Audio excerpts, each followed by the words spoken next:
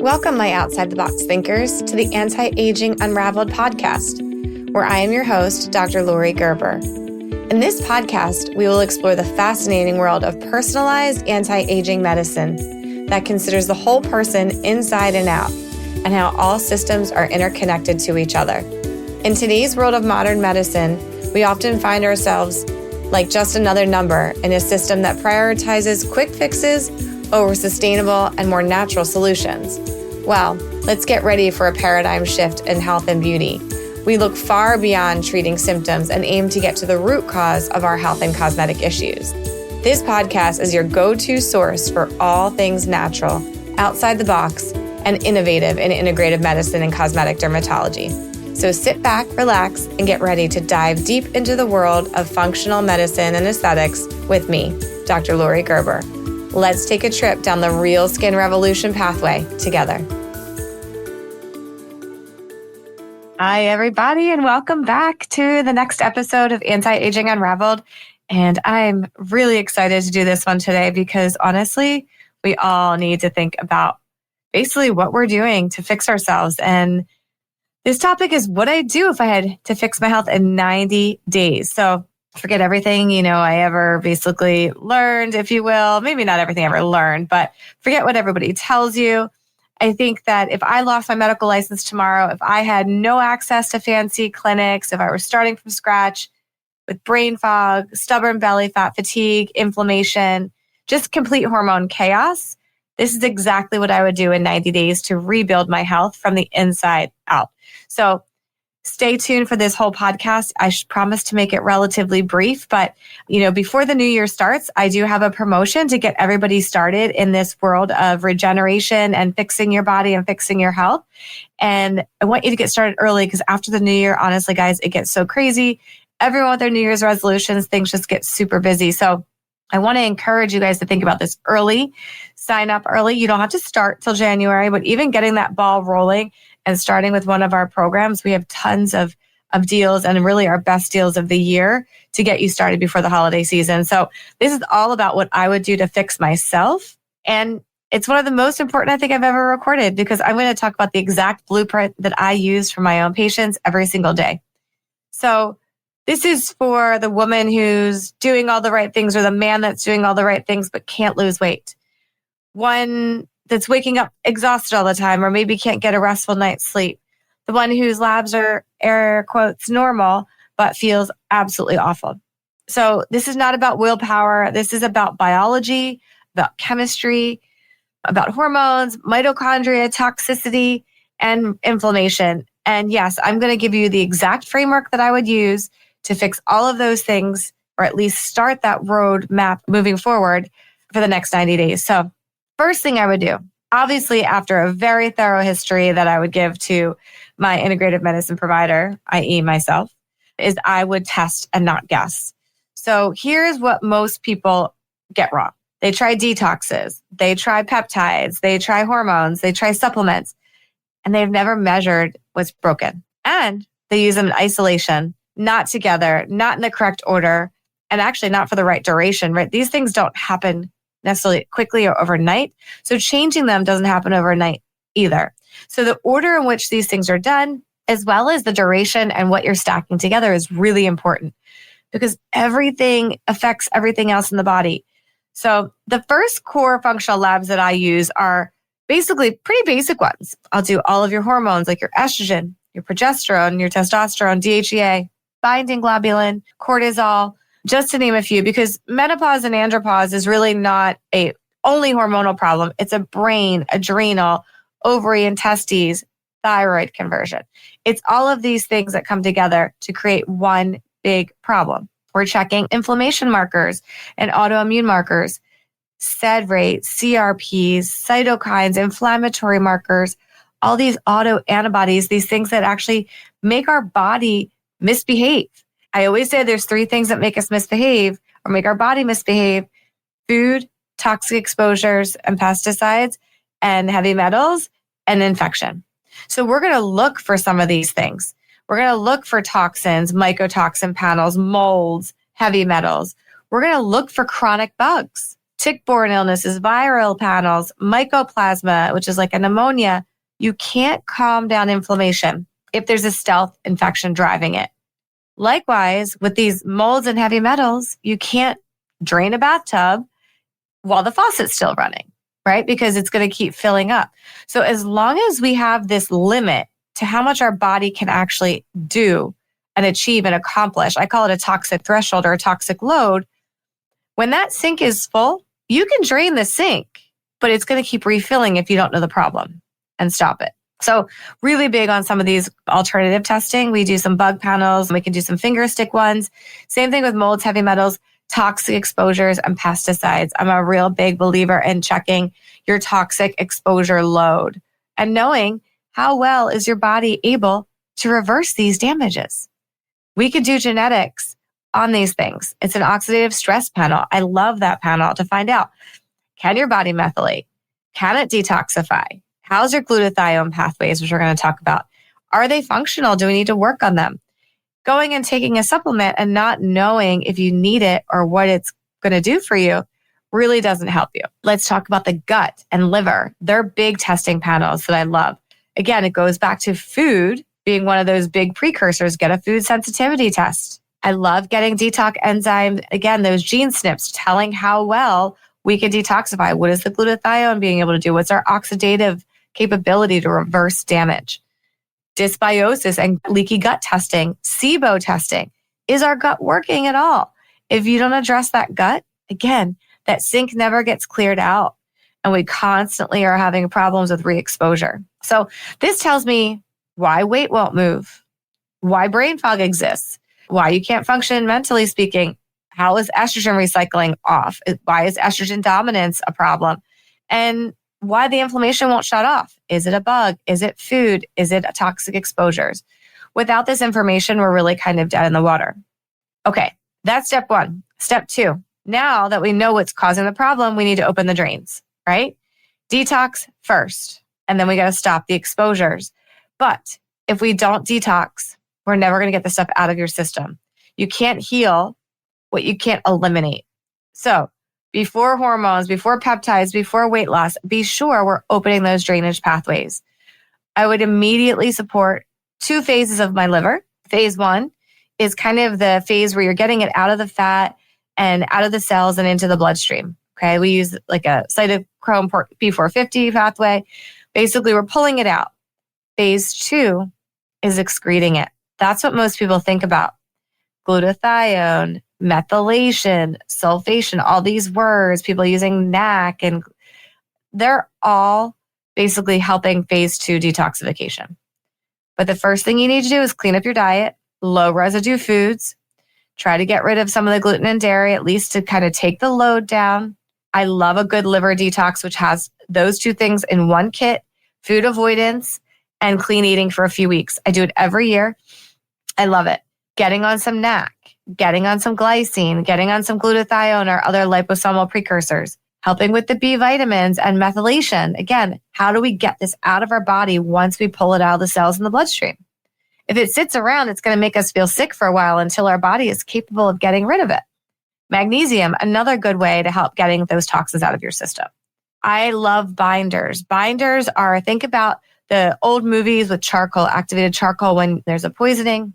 Charcoal and other things actually help to bind up the heavy metals and get rid of them. So when molds or heavy metals or even estrogen dominant is a problem, we can stop that by actually taking some binding agents. They're usually taken on an empty stomach, away from supplements if possible. And usually we have certain toxins that can be detoxed with different binding agents. So I do change up my protocols depending on what's in the system. But obviously, if you do the testing, you know what's in your system, and we know the best ways to try to avoid that in the future. For example, pesticides or plastics or different mold exposures. If we can get that out of our system, and then we're not filling up the sink as quickly, and then we can detox it and pull it out. One of my favorite steps that I would add on to this is ozone therapy. And ozone therapy increases oxygen delivery. So think about it, oxygen plus ozone, and it's a great way to basically get the tissues more oxygen to help with repair and recovery, but it's antibacterial, antiviral, antifungal, breaks down biofilms, It's fabulous. So it's going to actually be antibiotic as well as anti-inflammatory and help the oxygenation of those tissues. So it's going to decrease that, what we call oxidative burden, which helps your body to actually get rid of those toxic exposures, helps the immune system, helps the mitochondria. This is probably one of the biggest things, and helps with autoimmunity. When we start to give ozone to the body, our immune system actually gets stronger, and some of these autoimmune phenomena start to shut down for two reasons. One, you're helping with the oxidative damage to get reversed. But two, you're killing off the bugs that oftentimes set off some of this autoimmune response. All right. So I love ozone therapy. We have a whole podcast on ozone. You can listen to that, but we have 4 different types of ozone that we can talk to you about. And all of them involve getting ozone into the bloodstream in one way or another. Sometimes we can even do it in the ears. We can even do it for the colon. There's so many different ways to do ozone. And it's been used in Europe for decades for chronic infection, inflammation, and detox. So it's not a fad. This isn't something that just, came upon us this year. Yes, I just brought it into my practice this year, but it's been around for a very, very long time. All right. So now we get to what most of you know, phase 3. And phase 3 is that hormonal reset. Okay. Perimenopause and andropause isn't just getting older. It's the brain, for example, in women, the brain becomes misfired. It starts misfiring due to hormone depletion of progesterone and poor GABA stimulation. And then we get the metabolic downslide from that, insulin resistance and cortisol dysregulation, and then thyroid suppression. And similar things happen in men as well with the testosterone decline. So I want you to understand that these are all related systems. And just because we're putting back the hormones doesn't mean we don't have to touch the other systems that it has affected.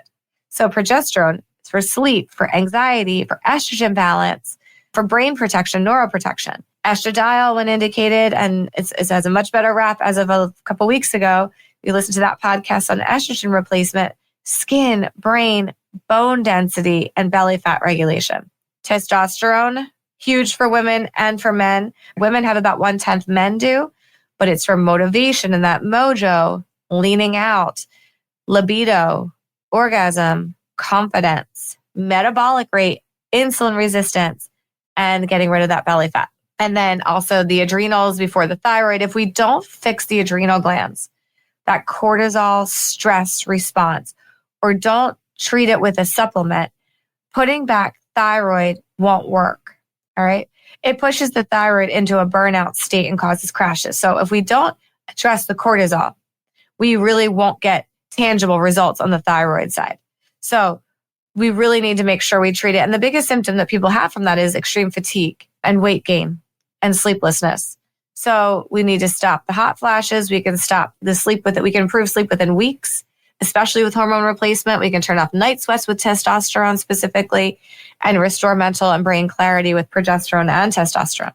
So that's just to name a few. The benefits of the hormone replacement therapy protocols are innumerable. The benefits far outweigh any risk, and I think we're finally starting to realize that in even traditional medicine. So that is my step 3. Now, that brings us to about 6 to 8 weeks. All right. Now, this is what I usually do with my patients, and anyone that's a patient, you can probably attest to this. I don't usually throw peptide stacks on right away. Why? Because you can throw peptides on early and just go buy a random peptide. But unless the environment or the milieu isn't right, they're not going to work. They're just going to be very expensive, watered down light switches that aren't going to turn or signal anything on and off appropriately because the rest of the signaling pathway is not set. We need to set the stage. So weeks 4, maybe 6 to 10 or 12 is when I start to add in peptides. And I actually lean more towards the 8 to 10 week mark because now we're on hormones. Now our liver's detoxed. Now our gut's been addressed. We have the testing. We know what's going on. We know your oxidative threshold and capability. And now we can put back on some peptides. And peptides are innumerable. There are so many. But if we're talking about myself and we're talking about belly fat loss, and we're talking about my brain clarity and inflammation reduction and mitochondrial repair and what I would consider longevity stacking, number 1, AOD 9604 for targeted fat loss. targets stubborn fat loss, doesn't burn muscle, doesn't affect blood sugar. So not like a GLP-1, guys. And it's safe for perimenopausal women, no problem. I would pair that with something for the brain. C-Max or Cell-Ank. One is a little bit more for focus, which is more the C-Max. Cell-Ank is a little bit more for anxiety-driven or maybe overactivity of the brain. They increase your brain-derived neurotrophic factor, improves brain clarity and focus, calms anxiety, and supports memory and executive function. So for me, I'd probably choose C-Max for the focus portion of it and supporting that memory and executive function. So this is a peptide that I feel like many women, when they start it, they just feel like them again. Same thing with men. Testosterone and C-Max or Cell-Ank, and progesterone and testosterone with C-Max or Cell-Ank for women puts that brain space back in check, and you feel like a normal human, like you feel like yourself again. BPC 157. All right, we're going to repair my gut. We're going to get rid of the leaky gut. We're going to get rid of some of the inflammatory problems, decrease the cytokines and inflammation, and help with my autoimmunity. You cannot heal or fix hormones or fix thyroid if you don't fix the cortisol and the gut. So adrenals and gut are huge. And then for me, for longevity and mitochondrial repair, I would do MOTS-C. MOTS-C is one of the most powerful peptides, I feel like. Improves insulin sensitivity, increases cellular ATP, so your energy, do that with ozone, and man, are you in a good place. Improves endurance, so for your workouts. Decreases inflammation and aging signals, so all those signals that tell us to get older, it actually starts to decrease and improves that oxidation of fat. So these I 100% would do a couple times a year. And this is, I would start with fixing your energy at the cellular level here before even jumping to some of these NADs and NAD drips, okay? Because we really need a mitochondrial reset before NAD can work. So even our NAD under the tongue or sublingual, I wouldn't necessarily jump to that initially unless we've been working on now, it doesn't have to be with a peptide. We can work on mitochondrial reset other ways, but I do think you should work on mitochondrial reset before you start putting back some of these other kind of cellular energy products like an NAD, okay? Last one I would do is probably epitalon. Epitalon is more of like a generalized longevity peptide. It stops that DNA from aging. So it actually stops the telomeres from getting shorter, which in English means it makes our DNA stay longer, stay healthier for a larger period of time. This is how we fix the energy at a cellular level. And, you know, I think for me, an add-on, people ask, like, if you were going to add on a couple more peptides, I would add on NAD. I would add on thymosin alpha-1 because my immune system particularly is not great. And I have a lot of autoimmune disease. So I'd add on that thymosin alpha to reset my thymus gland and get my immune system to work more optimally. And then I'd probably throw on some PT141 for enhancing libido. That's just, you know, if the progesterone and testosterone aren't doing the trick, PT141 or oxytocin do a really nice job to help get that last little bit of brain kind of calming. They don't work on hormones per se. They work on the brain center for the brain libido connection.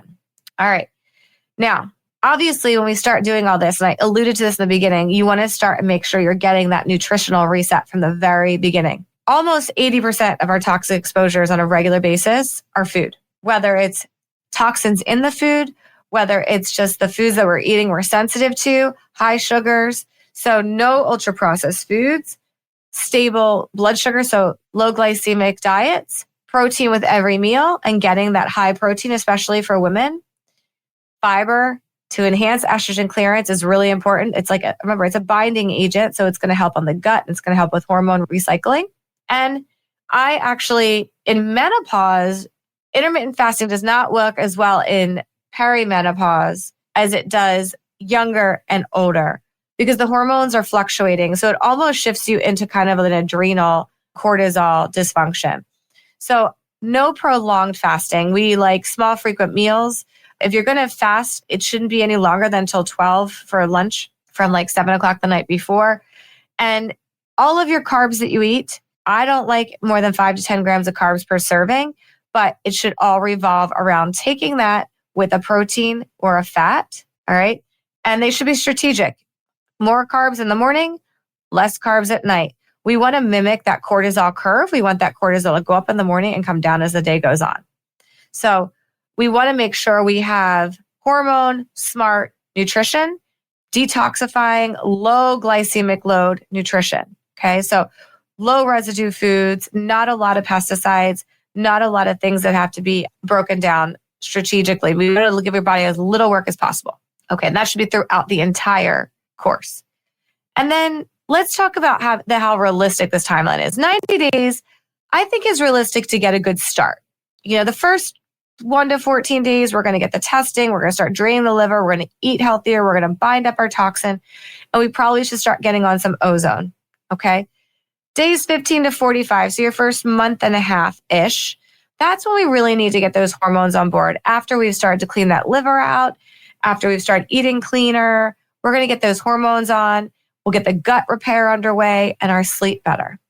Maybe even add those peptides on at the end. I like to push those probably out a little bit further to about 45 to 60, maybe even 3 months at the very end. But I think doing it halfway through your 90-day protocol is reasonable.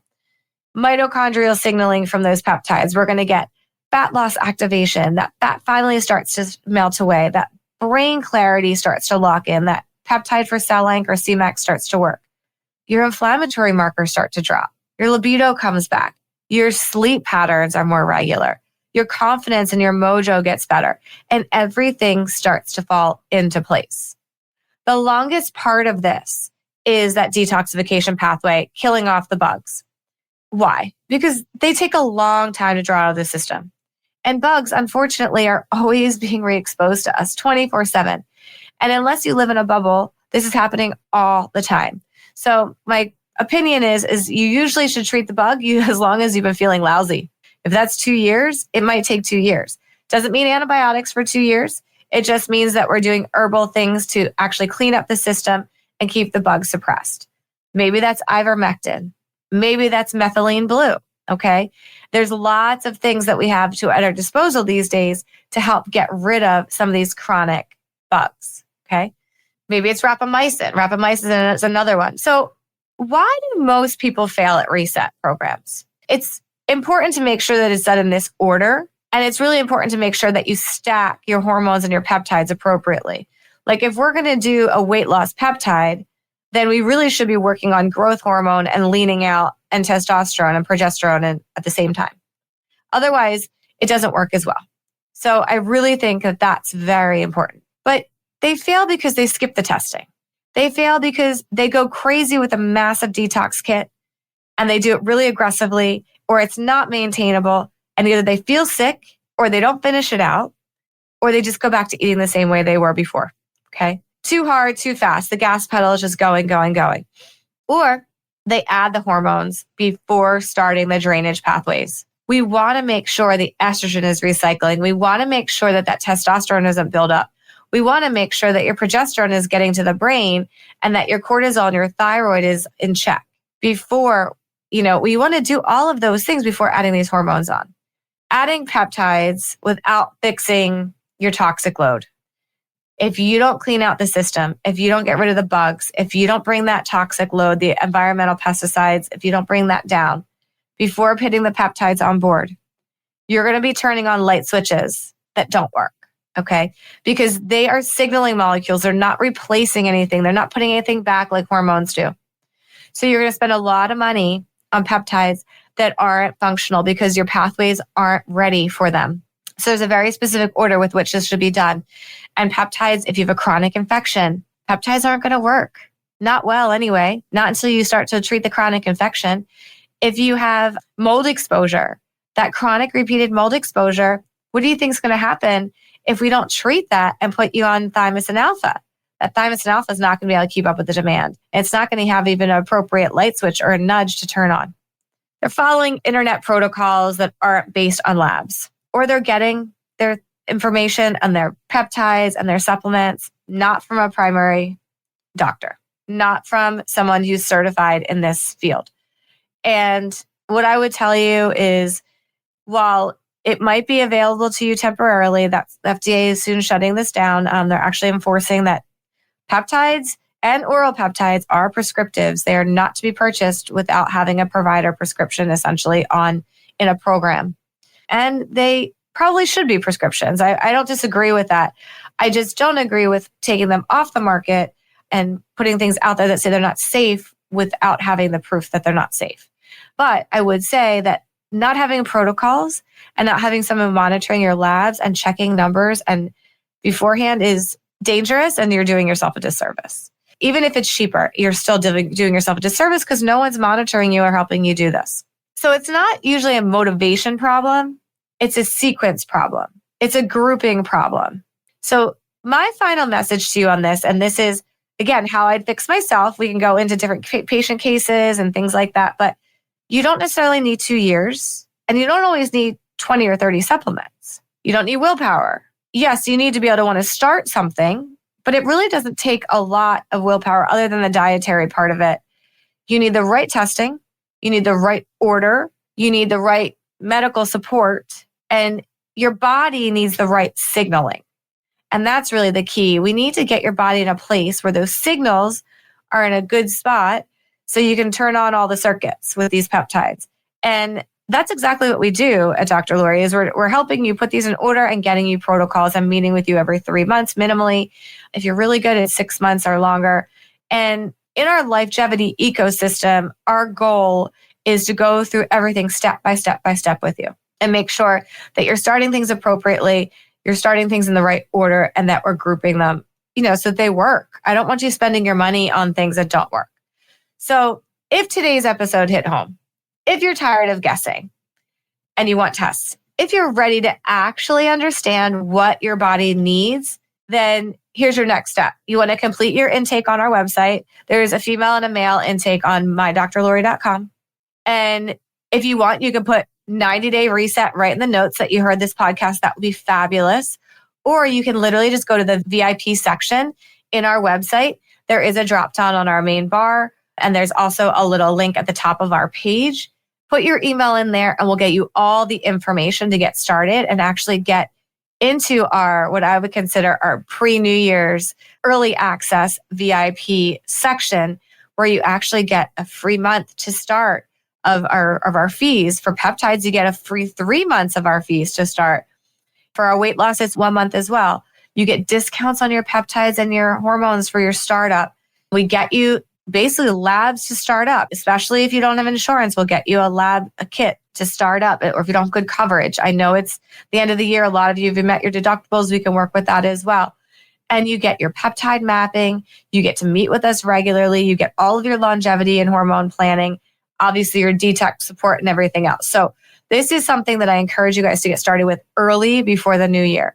Because like I said, once the new year starts, it gets a little bit crazy. And then it's a little bit of a longer wait to get started. And then you won't have access to all of these great free promotions. We also have a free webinar that's a $25 value that you get access to for free if you put yourself in that VIP section.